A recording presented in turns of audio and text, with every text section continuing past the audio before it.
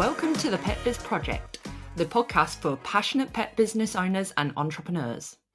Now, if you're a regular listener, you might notice something a little different today. This isn't Tarryn's voice you're hearing. She's off travelling, so you've got me, Erin, stepping in as your host for this episode. And honestly, I couldn't be more excited because I'm joined by Luke Thorn from WebRefresh to dive into a topic that's shaping the future of every e-commerce brand, AI. We explore how AI is changing the way pet parents search, shop, and make decisions online, and what that means for pet businesses just like yours. From brand mentions and reviews becoming critical for visibility to how product pages and content strategy need to evolve, Luke shares practical insights you can start applying right away. We also touch on some of the biggest misconceptions about AI, the risks of ignoring it, and even Luke's bold prediction for where websites are headed. It's a mind-expanding conversation packed with actionable advice, so let's get into it. Welcome to the Pet Biz Project. I am personally super excited to have you on this episode because the topic of AI is just something I'm super interested in. I know there's some controversy around it, but I think it's something that you really can't ignore as a business moving forward. So that's why we particularly wanted you to appear on the show this episode, just so we can glean some information about where we're at with AI, where it's going, kind of how pet businesses can adapt. So yes, welcome to the show. Thanks for having me, Erin. Yeah, lovely to be here. Hopefully, I can provide some great insights for all the pet brands and anyone else who's in e-commerce. Anyone can benefit from this. So, yeah, looking forward to jumping in. Awesome. So yeah, just to get started, do you mind telling our audience a little bit about kind of who you are, your background, about WebRefresh as well? That would be great. Yeah, so I'm Luke. Great to meet you all. I started out in server infrastructure and security, like IT security, and that was actually pretty boring. So that's how I got into the digital space and figured I was, meant for something else. So went into websites and started building websites for small businesses, and then we ended up building websites for bigger businesses. And naturally, from there, people started to ask us about digital marketing, and that's where I found my true love for helping businesses really grow. A website is sort of, it's cool, looks nice, but if it doesn't have, if it's not visible and no one's buying, it's not much fun sinking a whole bunch of money into a website and nothing happening. So yeah, that's how we got started in the space, and I'm now fully focused on SEO and AI. Oh, perfect. And is there anything that particularly drew you to the e-commerce and pet brand space in particular, like in comparison to other industries? Yeah, well, I think really pet owners are very passionate about their loved ones, right? So like when you have a pet, it's a family member, and so we started out working on a particular pet brand. I think it was back in 2020, where we got referred, an up and coming brand. They were just starting on a great growth curve. We got some great results with them, and it was quite exciting. And seeing that growth in that brand and being introduced to the pet market, it was just different to all the other markets we'd worked in.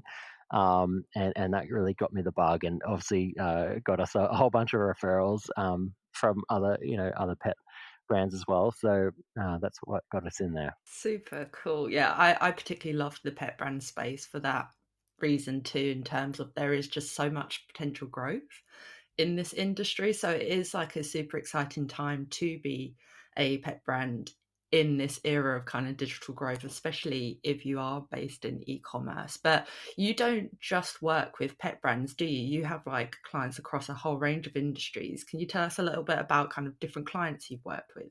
Yeah, yeah. Well, I mean, naturally, coming from a tech background, I've worked with lots of tech-focused clients. So, from cybersecurity to obviously server infrastructure, where I started out, through to telcos, uh, but as well, lots of lifestyle direct to consumer e-commerce brands, and that's really where my passion is.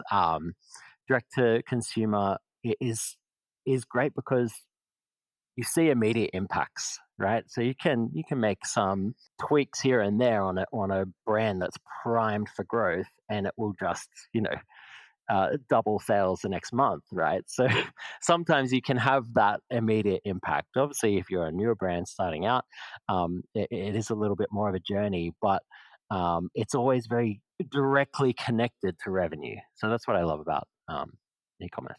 And do you find like your clients come to you with like typical problems or challenges that they're experiencing, or what kind of like they need your help with XYZ? What kind of queries do you often receive at WebRefresh? We see a lot of brands that are hitting the 2 million plus revenue mark, and they're completely locked into ads. They're dependent on ads for their revenue, and they at that point they're starting to realize, oh, okay, so building our other channels is quite important because CAC, ad costs are rising all the time every year. I think there was a study recently that was showing it's for the last 2 years for most markets, CAC has risen about 40%. So that is a little scary for some brands, right? And so they're thinking, we need to build our other assets and other channels. They're coming to us with that. The other typical situations we see are something terrible has happened with a migration, right? So they've done a rebrand, and they're looking to recover rankings. So that's a big one. And I would say probably another one would be they just want to see what the next level is. They've been going along consistently, growing, in other channels, and they just want to see, okay, what else can we do?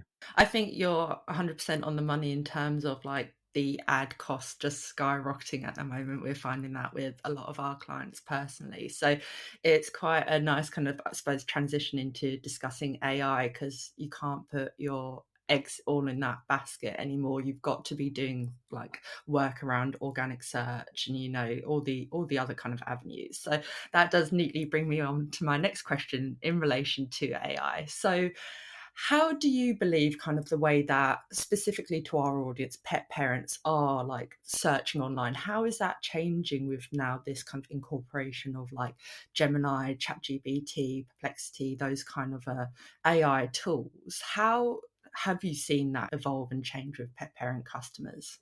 The great thing about AI is it has a lot more context on you. So it understands what you've searched for previously and understands, it's got memory. So, if you've ever talked to AI about your pets in the past, it kind of knows what your situation is, and you don't have to rehash it like you would in search, right? So in search, we're very trained to kind of abbreviate our searches, and then, we'll go through a few links, do some exploration, and not fully understand, do we trust this brand? Like, do we, is what they're saying really the case? Should we just try their product and hope it's it's good? Whereas, AI has a lot more information and context that's tied together and unique to you. And, there's a whole bunch of future ramifications that will happen with that. But pet parents specifically, they can talk to AI like they would a consultant, right? So you can say, "Hey, we've got two staffies, and they just destroy every dog toy in 2 seconds flat. We've tried. That we've already tried this toy and this toy. What would you recommend next?" It's a lot more conversational. I would say. So, in kind of, I suppose this is quite a big question, but how is the way that AI functions difficult or different even from your typical SEO? Because, like you said, you used to just hop onto like search engines like Google and be like the best tough toy for hard chewers, that kind of thing. So, how does the way that it functions different from that traditional kind of like I've just got to hit these like long tail keywords on my website? how do websites position themselves to be showing on AI results? Yeah, so AI is looking at it from a little bit of a different perspective to search, where in the fact that it's looking more at brand mentions, structured data, so markup, and it's looking very much a similar way to search, but just with a few tweaks, right? So brand mentions, I mentioned before, is a huge factor in AI recommending you as a result, whereas it's not as much of a factor for Google search. And so because AI is coming at it from a different way and it's using different metrics to understand what kind of value is what kind of brand is the best result, or what kind of recommendation is the best result for this person. You're looking at a few different things, and so the most valuable things are brand mentions and digital PR. Very similar for organic search through Google, but brand mentions specifically. Whereas if you're doing, you know, link building for Google search, you could do that through, you know, directory citations. You can do that through, guest posts, those kinds of things. But it's just, yeah, you don't even have to have links anymore for to get recommended in AI. That's the difference. What was the second part of your question there? Just basically, I suppose, like, we've been conditioned in a way to have, like, when we're building a website, coming from at it from like a brand owner's point of view, it's like, oh, if I just incorporate all these kind of keywords into my product descriptions, my blogs, like all areas of my website, then I'm going to rank on Google because I'm hitting this criteria. But obviously, like you've mentioned, kind of AI essentially changes the game in that capacity, in that it doesn't function the same way. So I suppose kind of the core of my question, it was like, how do pet brands then get shown on those AI results? And I suppose you've touched on it, is like that brand mention is like a key aspect of that. Yeah. I would say the two others are reviews and conversational copy, right? So you don't necessarily have to have keywords positioned as much as you do for Google search. It's more about how easy is it for AI to regurgitate this particular copy to a customer.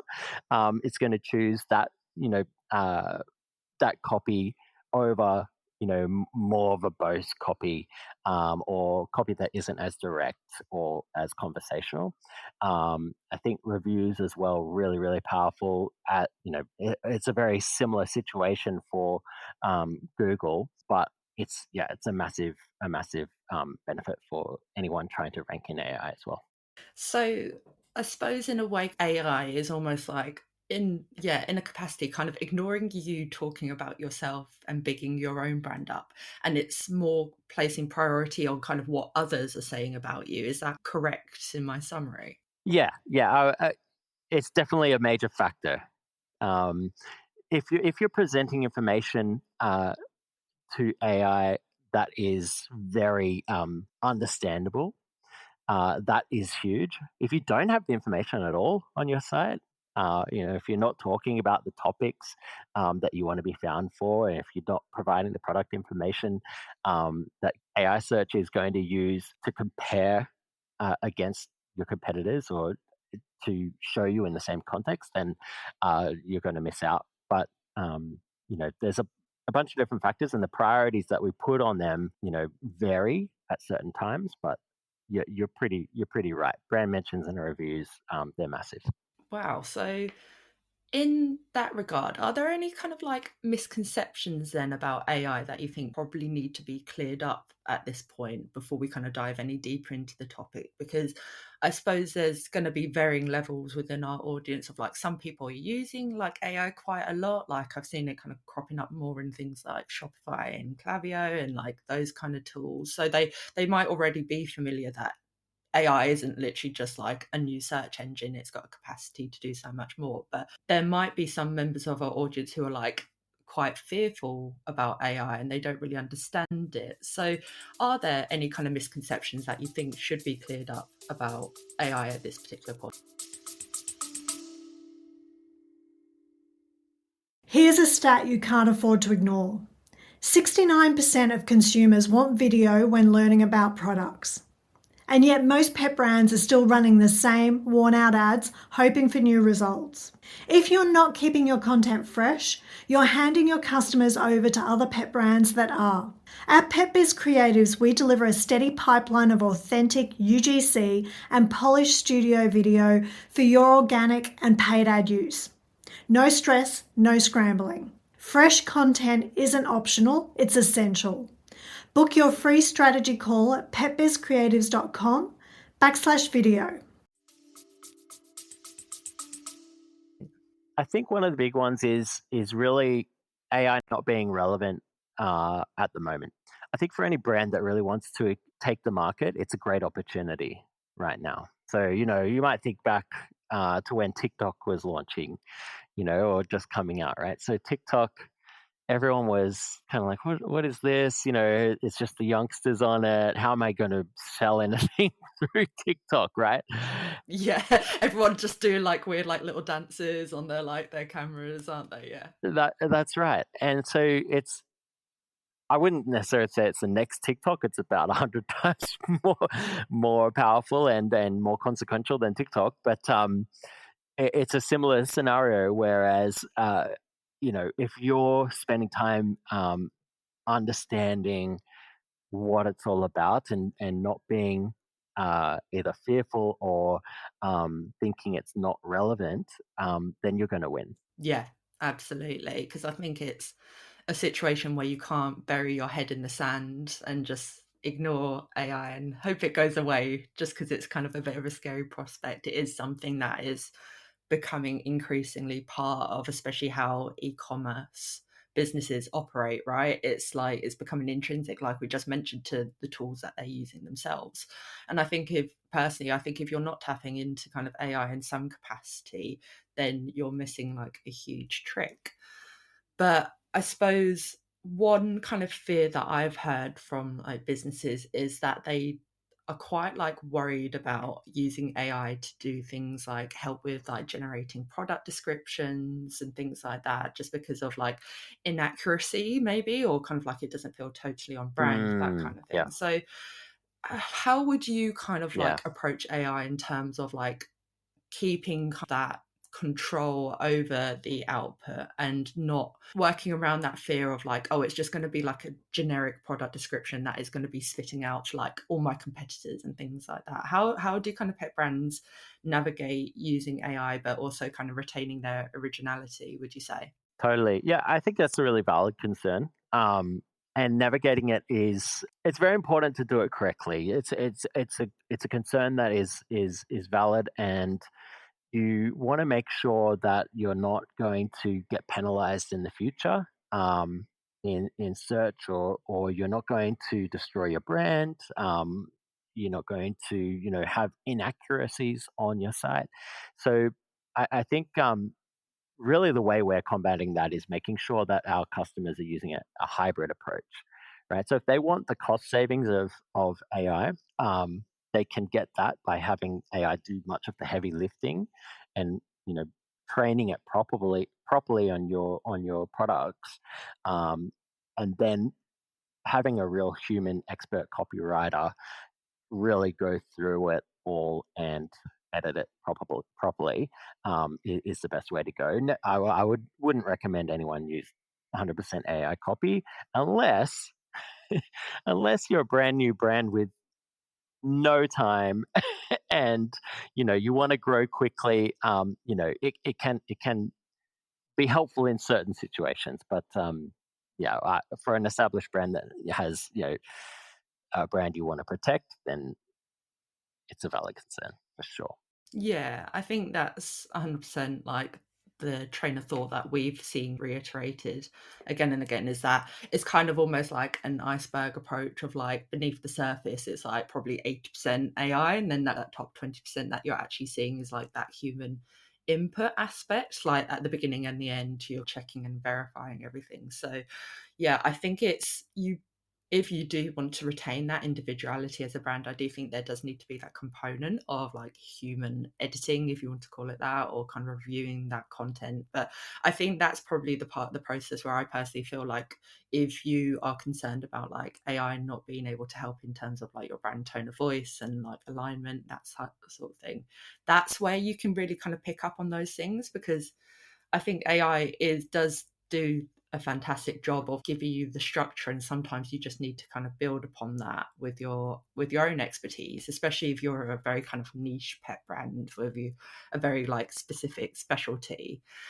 But I think with, I suppose, kind of like at this particular stage where people are becoming like coming to grips with AI and they're starting to integrate it more into their practices, have you come across like any specific signs that you're like, this business has like not used AI, or like they're very much not positioned in a way that they're going to show up on AI, like any kind of red flags or kind of traps that people normally fall into? Yeah. I think any business that is still just relying on very basic product pages, so it's an image and a buy button, and maybe a short bit of product text. If AI can't understand all of the context of your product, it's not going to recommend you. Any brands that are glazing over important attributes like FAQs, reviews, even UGC, schema, all of these elements, they're really important for AI both now and in the future. So we want to be thinking about, okay, well, look, we actually don't know the exact impact that schema has on AI results now, but it's a fairly good bet that as AI evolves and as it learns to read schema better, or that gets integrated, then it's going to be very helpful. So yeah, just looking at it in terms of what's relevant now, what are we seeing results in now, and then what do we think is going to happen in the future, is important, and being very logical about that. So if you're a brand that hasn't invested in those areas, then it's definitely a good time to start. One of my favorite quotes is, the best time to plant a tree was 20 years ago. The second best time is now. So Absolutely. So you mentioned about like a product page on a website, and that's something that really interests me, because I know that's where a lot of the heavy lifting is done in terms of kind of like building trust in a product, as we were talking about earlier. Like why should I invest in that for my pet? And I think with pet parents it's a very kind of nuanced shopping experience in terms of like, whereas it might be like an impulse purchase in like the beauty industries, like as an example, with pet parents, it is very much an emotional shopping experience in terms of like, do I trust that this product is going to like do everything it says for my pet? Is it kind of safe? Is it going to walk its talk, essentially? So at the moment, like a lot of e-commerce shops do still, whether they're kind of pet brand or otherwise, they do follow that typical structure of, as you mentioned, they might have like an image, a product description, and if you kind of scroll down, there might be kind of like a few FAQs, maybe a few reviews of that particular product. Does that then need to kind of change with AI? And if so, what kind of aspects do we need to be looking at incorporating to be more AI friendly? yeah, I think AI uses a lot of the standard things that brands have already implemented. So detailed product descriptions, um, you know, FAQs, etc. But one of the things we can do better, or a lot of brands that can do better, is make your copy more conversational. Like we talked about before, we want to make sure that AIs can digest it really easily and regurgitate it in sort of your own words, right? The other thing is making sure that we have as much information about the product.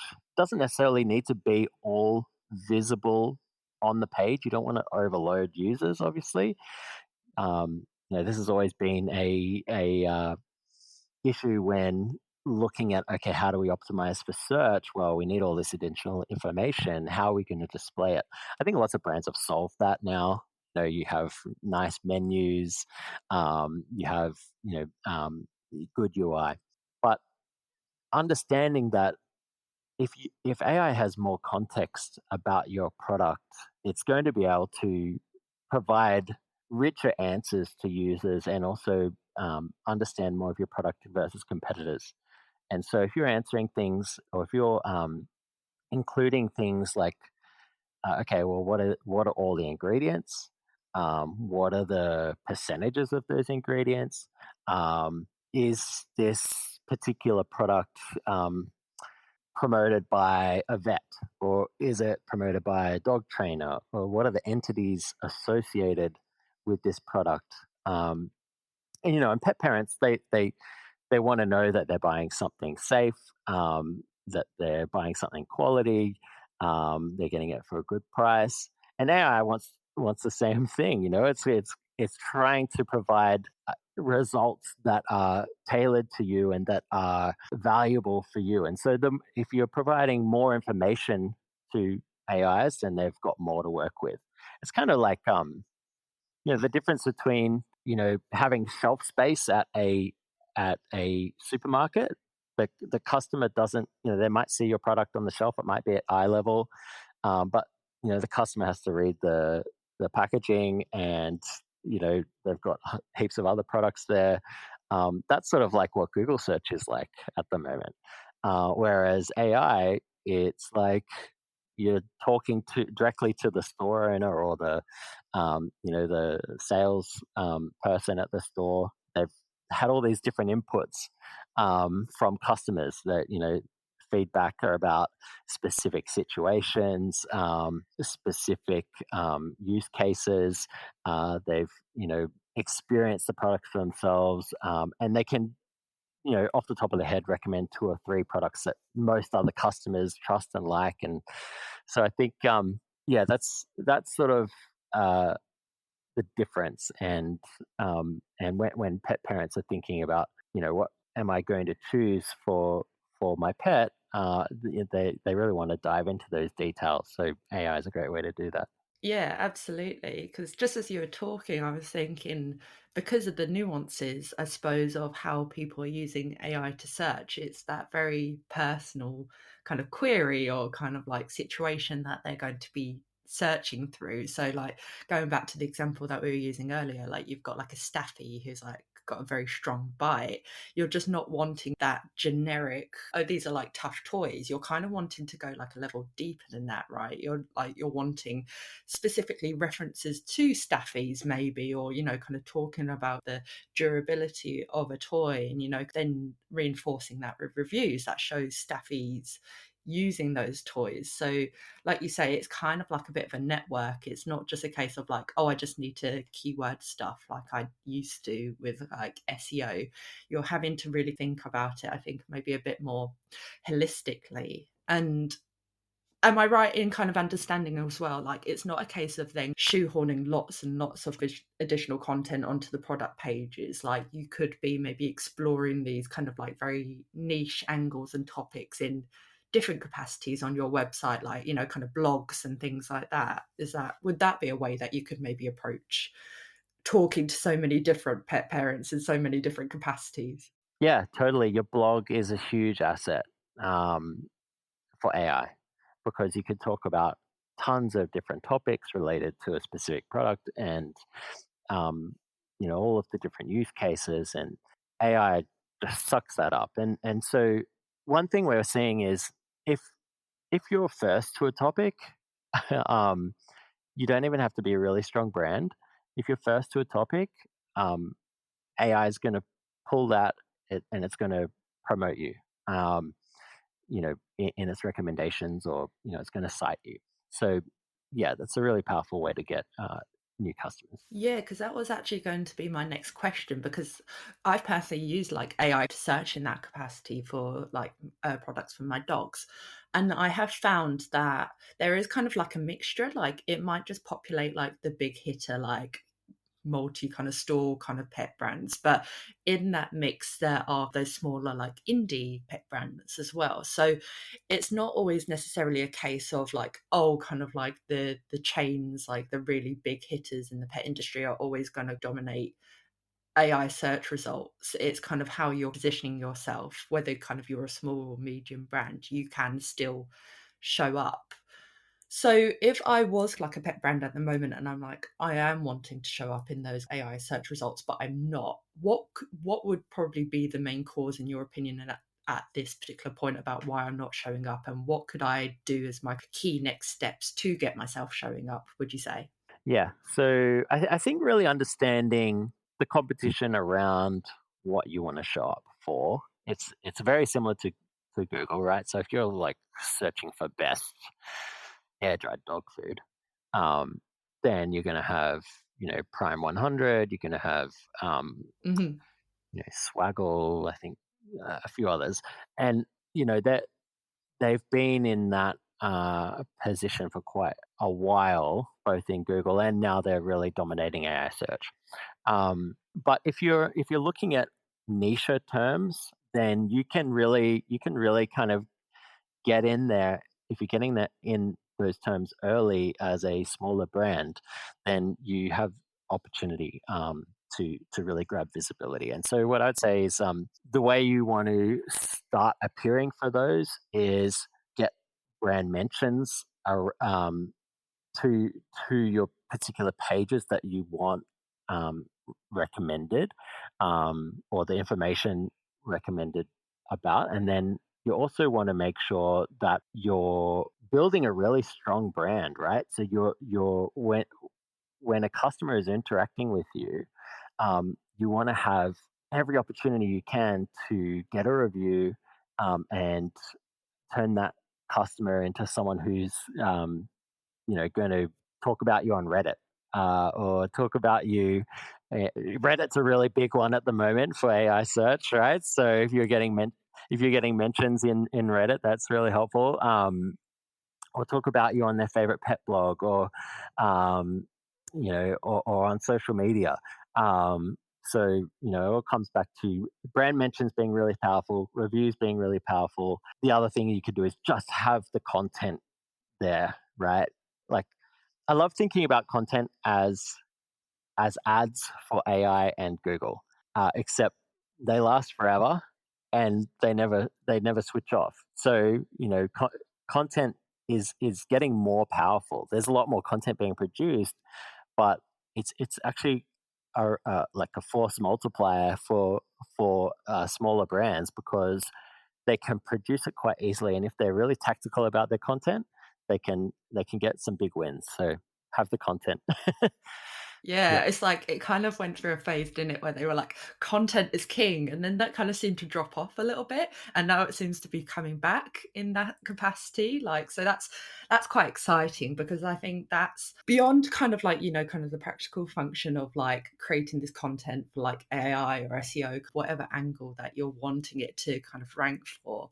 It is also just a very easy way to like build relationships with your audience, and to kind of like actually nurture the relationship. So it's not just got only that practical function, but if you're actually delivering real value and it's not just like a vanity exercise, then like that's where they gain that trust in your pet brand, and that's where they might kind of naturally like look at your product range and be like, I trust this over anyone else, because they've taken the time to educate me with this content, and it's written in a way that's really conversational and really accessible and things like that. So it's very kind of layered like benefit of like actually investing in this, because I know that a lot of small businesses as well, if they feel kind of like they're under the pump, they might not prioritize this kind of activity. But as we've been discussing, it is kind of essential to the growth of your business and your whole marketing strategy. It's not something that can be ignored moving forward. So I'm personally very excited about that.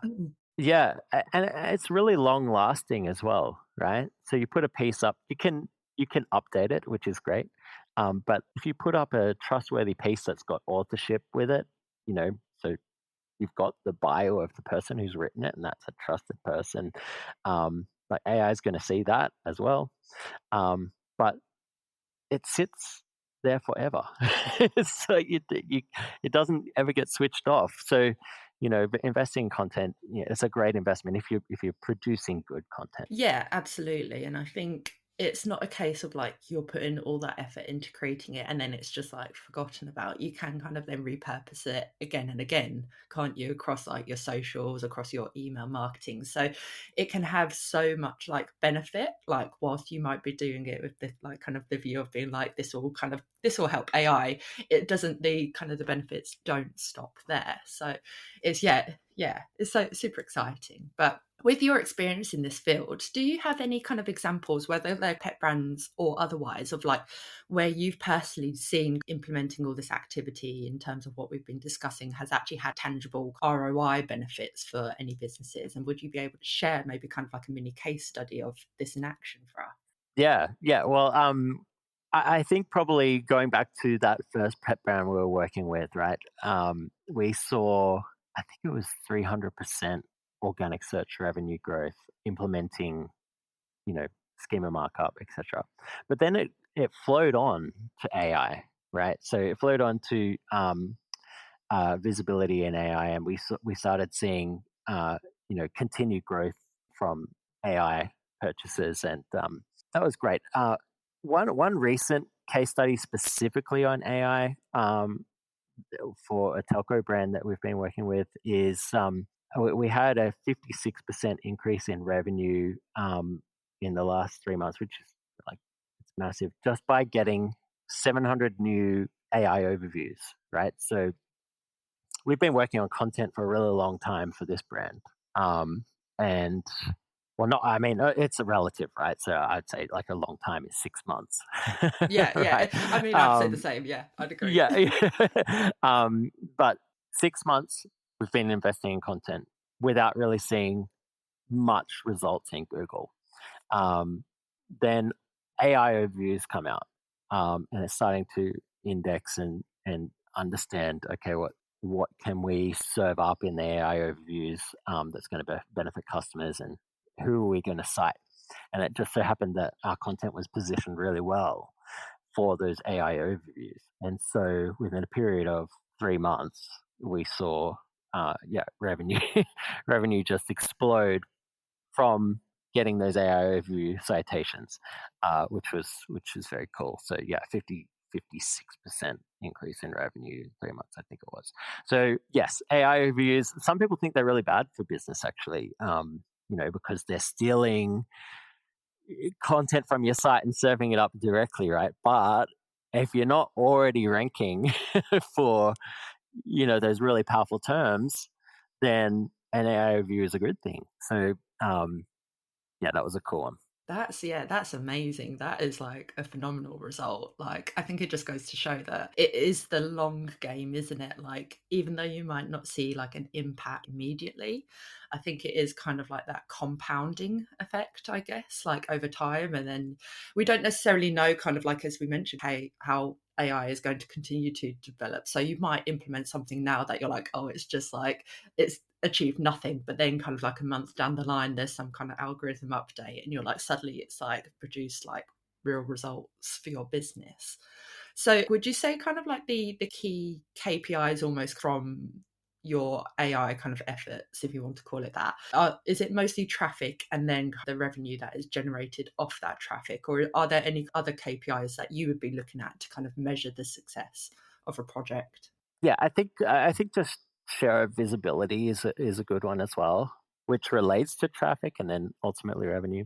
In specific scenarios, click through rate, right? So Google and AIs, it kind of wants to give preference to pages and brands that are going to provide a great experience, and so your brand will get tested, at least in Google, right? With AI, it's still, a lot of these aspects aren't fully known. We're always testing things, and we get a feel for an understanding for, okay, this is definitely working, but we're not 100% sure on this particular aspect yet. But with Google, at least, it wants to know what the experience is for the customer when they click on a specific brand, and did they make a purchase? Did they go back to search results afterwards? And that feeds back into the algorithm, right? And so, click-through rates, if Google's or AI is promoting you, let's say you bounce up into page one for a little while, it'll leave you there for a little while and let you play around on page one and see what happens. And then if your click-through rate isn't great, if you don't have that, build that instant rapport with search users, then you're not going to stay there. And so AI, I think, is going to have a similar, what would you call it, trigger, where it's going to, especially when products are sold directly through AI, it's going to understand, okay, this brand, when I promoted them and they got the click, they managed to get the sale. Why did they manage to get the sale, right? Or how many circumstances or how many situations did that happen in compared to this other brand? And so I think results over sale is going to be a big influencing factor.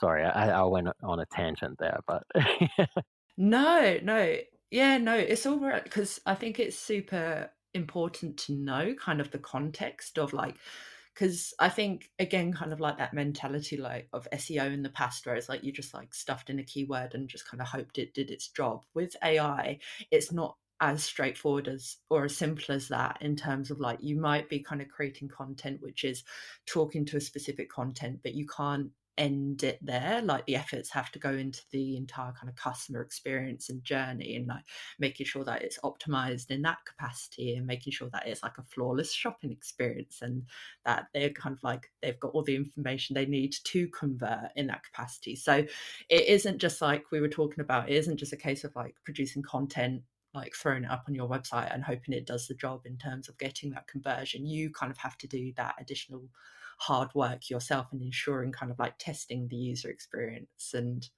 making sure that it is as flawless as it possibly can be. But yeah, so I think like everything that you've said has just been like really fascinating so far, because I think it's that conception, isn't it, that kind of AI is just like this little bot thing that crawling the websites and is like suddenly popped up on like your kind of your digital marketing tools. But it's like it's actually so much more kind of all encompassing than maybe what we expect if we're kind of new to this field. So like in that vein, I just wanted to ask you, do you have any predictions about where AI is going, which I know is a difficult question to answer, or do you kind of see any like trends emerging in how AI is being used and how you think it might kind of continue to grow for, especially for e-commerce moving forward? yeah, I think my main prediction will be, ultimately, I don't think websites are going to exist for much longer, right? I think they will, but there'll be more information sources for AI. And I think people will be doing most of the interaction with a brand in the AI chat, or whatever that experience turns into. Wow. Yeah. Whoa.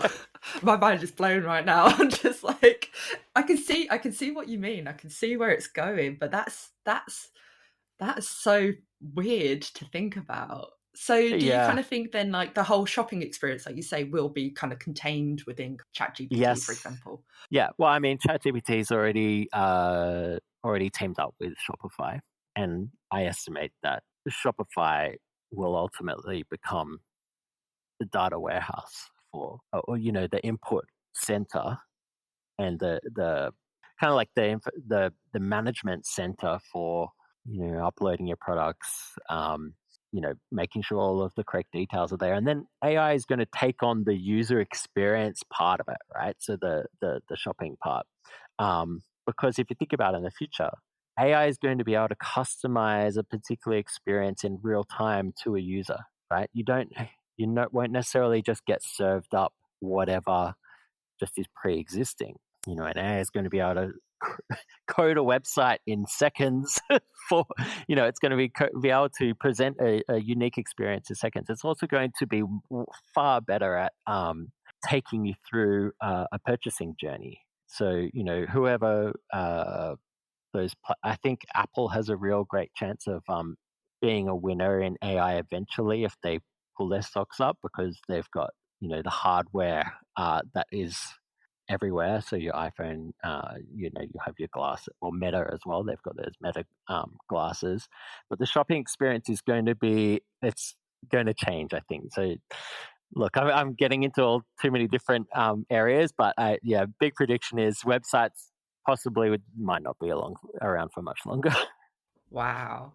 Oh gosh, yeah, gosh, that's a big swing, isn't it? I suppose then off the back of that question, if that is kind of the way that we're shifting, are there particular kind of things that pet brands can be doing now with their website to maybe kind of prime themselves for this shift towards it's not even going to function as an e-commerce platform, but this information base, as you mentioned? Making sure that you're dotting all the I's and crossing all the T's.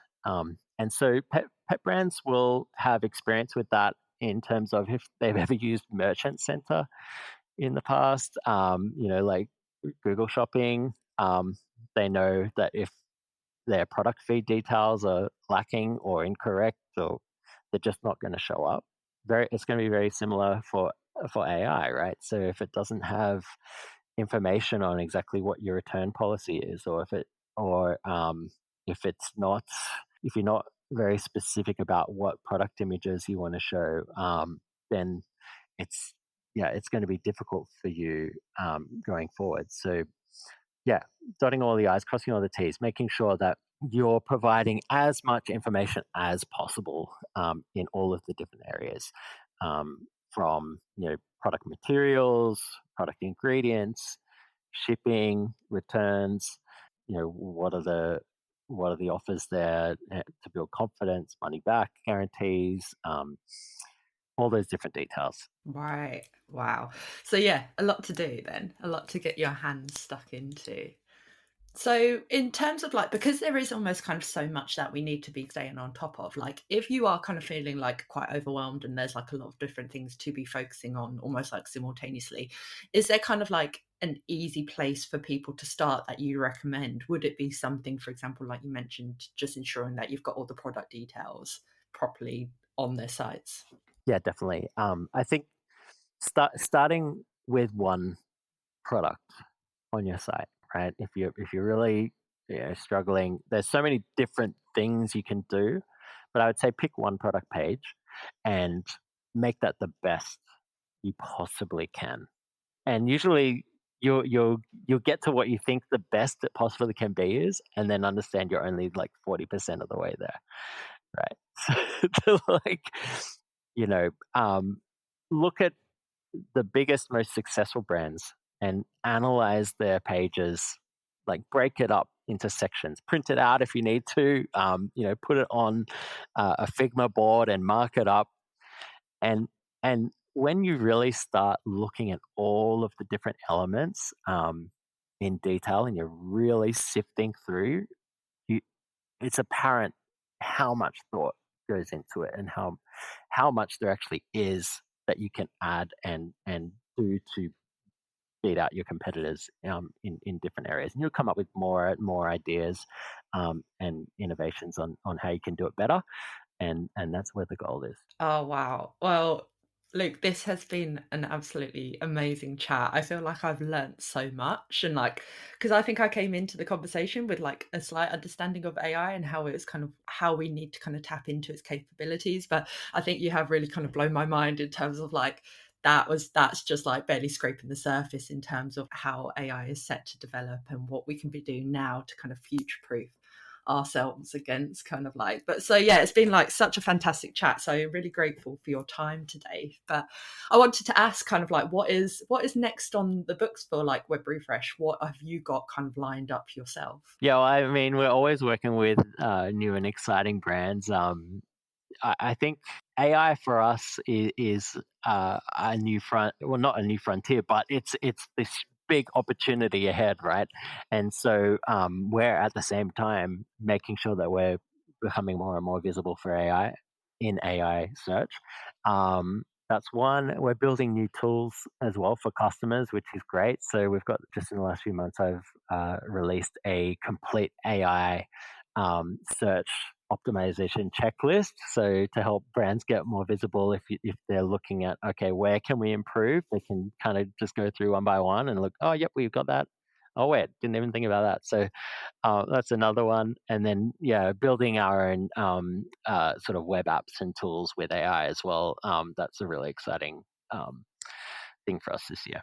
Oh, amazing. And you have actually kindly shared access to the checklist with us, haven't you? So I have. we'll make sure to include that in the show notes. But 100% it's just like, if you really want to go to the source of this expertise, I think making sure that they connect with you on LinkedIn would be really useful for pet brands. Yes. So is I'm there kind on of anywhere LinkedIn else? constantly. Yeah, I mean, your LinkedIn Yeah. is amazing. I get so many kind of tips and education. It's just like, it's so great to like follow you on LinkedIn. Thanks. So I'll definitely link your LinkedIn profile in the show notes as well. But is there kind of anywhere else that kind of you'd advise pet brands can reach out to you for assistance, like your email, your website? Where's the best place? Yeah, Luke at WebRefresh.co. That's my email.